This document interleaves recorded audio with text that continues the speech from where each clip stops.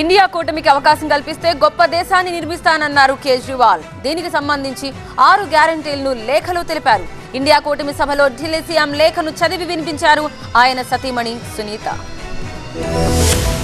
ఢిల్లీ ప్రజలకు గడిచిన 75 ఏళ్లుగా అన్యాయం జరుగుతోందన్నారు సీఎం అరవింద్ కేజ్రీవాల్. ఇండియా కూటమి అధికారంలోకి వస్తే దేశ రాజధానికి పూర్తిస్థాయి రాష్ట్ర హోదా కల్పిస్తామని హామీ ఇచ్చారు. విద్య, వైద్యంతో పాటు 6 గ్యారంటీలు అమలు చేస్తామని, విపక్ష కూటమికి అవకాశం కల్పిస్తే గొప్ప దేశాన్ని నిర్మిస్తామని కేజ్రీవాల్ లేఖలో పేర్కొన్నారు.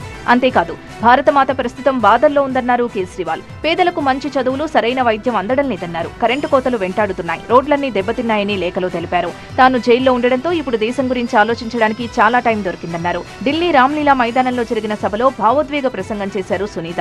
కేంద్రంలోని బీజేపీ ప్రభుత్వంపై తీవ్ర స్థాయిలో మండిపడ్డారు. దేశ ప్రజలు కేజ్రీవాల్తోనే ఉన్నారన్నారు. కేజ్రీవాల్ ఒక సింహమన్న సునీత ఆయన్ను ఎక్కువ కాలం జైల్లో బంధించి ఉంచలేరన్నారు. కేజ్రీవాల్ నిజమైన దేశభక్తుడని, నిజాయితీపరుడంటూ కొనియాడారు. ఈ సందర్భంగా ఈడీ కస్టడీలో ఉన్న కేజ్రీవాల్ పంపిన 6 గ్యారంటీలను వెల్లడించారు.